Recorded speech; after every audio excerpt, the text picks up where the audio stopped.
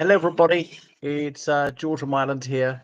So thank you so much for logging back onto my channel. So the results out earlier today about Alternative for Deutschland, who won Thuringia in Eastern Germany, the regional election just yesterday, and they came very close in the second state.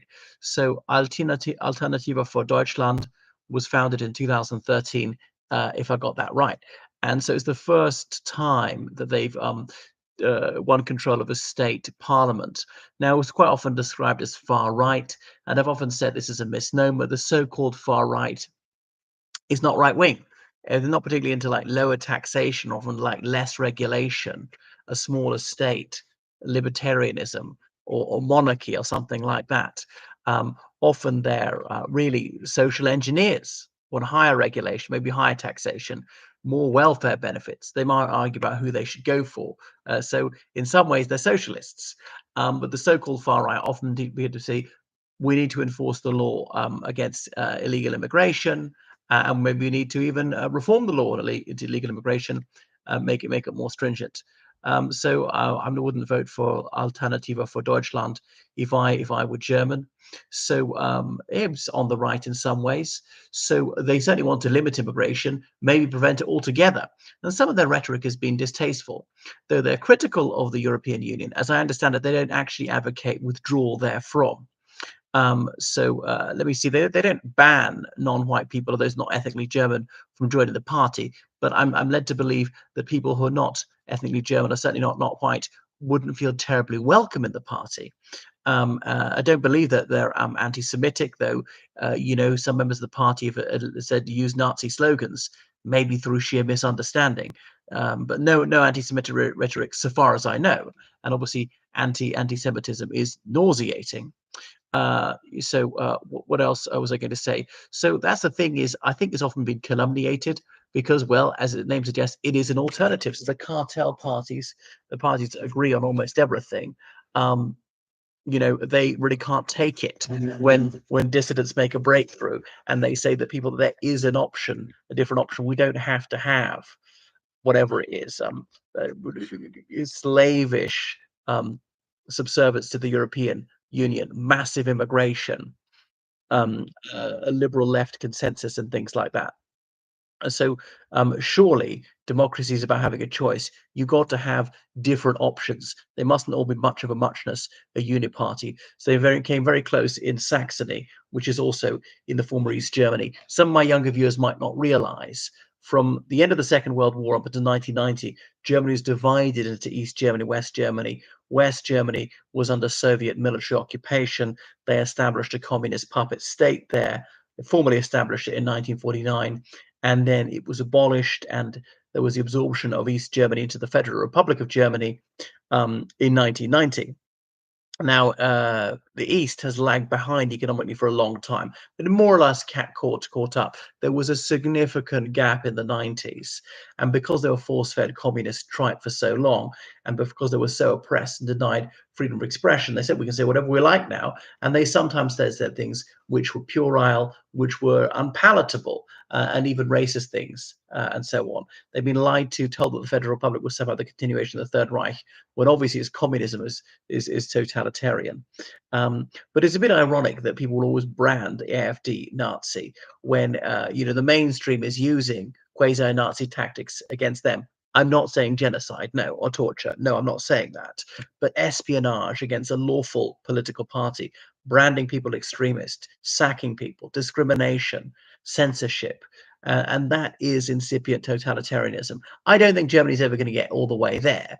There's only sort of 10% of the way there, if that. We just don't want to go down that road at all.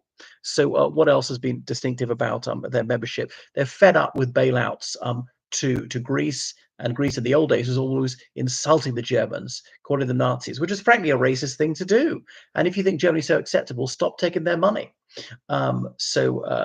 They don't want deeper European immigration. Fine, we might disagree with that, but it doesn't make them evil. And they were skeptical of the euro currency. I'm not aware they actually want to go back to the Deutschmark. They talked about a semi-direct democracy, emulating Switzerland. More democracy. How on earth is that totalitarian? They said that same-sex marriage shouldn't be allowed. No, we don't agree with them on that one. What else was I going to say? In some ways, they wanted a more free market approach. So we would compare to the United Kingdom Independence Party or Rassemblement National in France, the Tea Party in the United States. So some people from Pegida drifted across to AfD. Pegida, which was founded about 12 years ago, Patriotic Europeans Against the Islamization of Europe. That's the English translation. So they weren't against Muslims, but against Islamicization, as in a Shariat state. But that was a bit alarmist. Was it a dog whistle? Certainly not against Muslims. Okay, it'd be fine to have a Muslim prime minister, Muslim Taoiseach, Muslim president of Ireland, or whatever. But I certainly don't want a Shariat state. Now, but coming back to AfD, so there are things that I find distasteful. They say, and I said I don't share all their views, but I think there's been a lot of alarmism about this. They were often getting in about 3% of the vote. So yeah, what was I going to say? So then the Office for the Protection of the Constitution, Bundesamt für den Verfassungsschutz, which is spying on them, says that they're far right. But we shouldn't have politicized policing, branding people this or that, or worrying what's this or that. Are they acceptable? It's up to the electorate to decide whether they're acceptable. And indeed, a German court has ruled that it's not defamation to dub them Nazi. But obviously, we've got to be very careful about banding around these terms. This is not something to be taken lightly. So often, it's just a term of political abuse. There should be less vituperation. So I think people have been too sensationalist in their reaction to Alternative for Deutschland. What are they actually going to do in the state that they now control? I think it's probably not going to make that much of a difference. Olaf Scholz of the Social Democrats, he says we've got to, hermetically seal them off from power elsewhere in Germany. All people of goodwill cooperate to prevent them getting anywhere.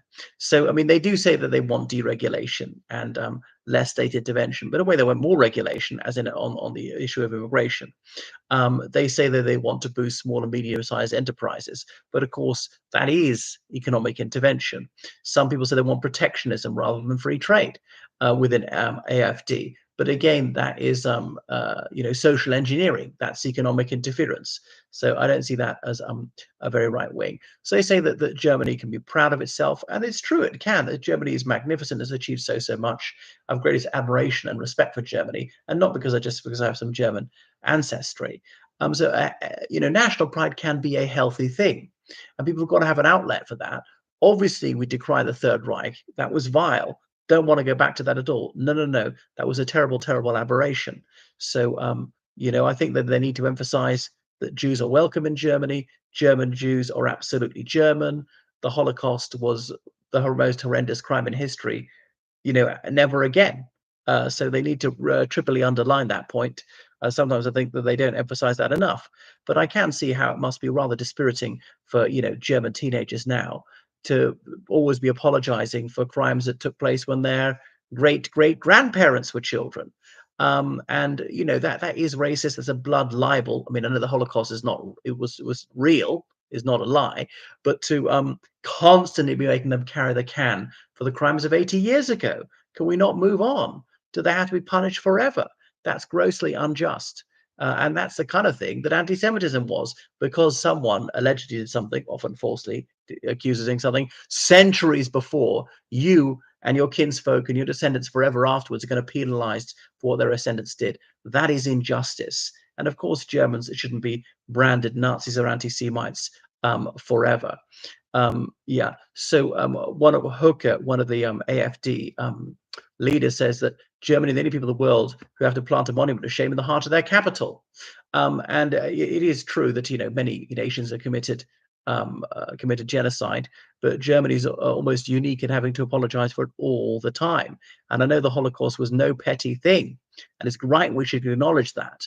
But people go on and on and on about it ad nauseam, which is maybe a bit unfair on Germany, and then is almost as though there's nothing else. Those 12 years of German history are studied almost to the exclusion of all the rest, and gives people a very skewed idea of Germany, and is really demeaning to the Germans, and aggravates anti-German bigotry. So no one should suffer racialism, and that includes Germans.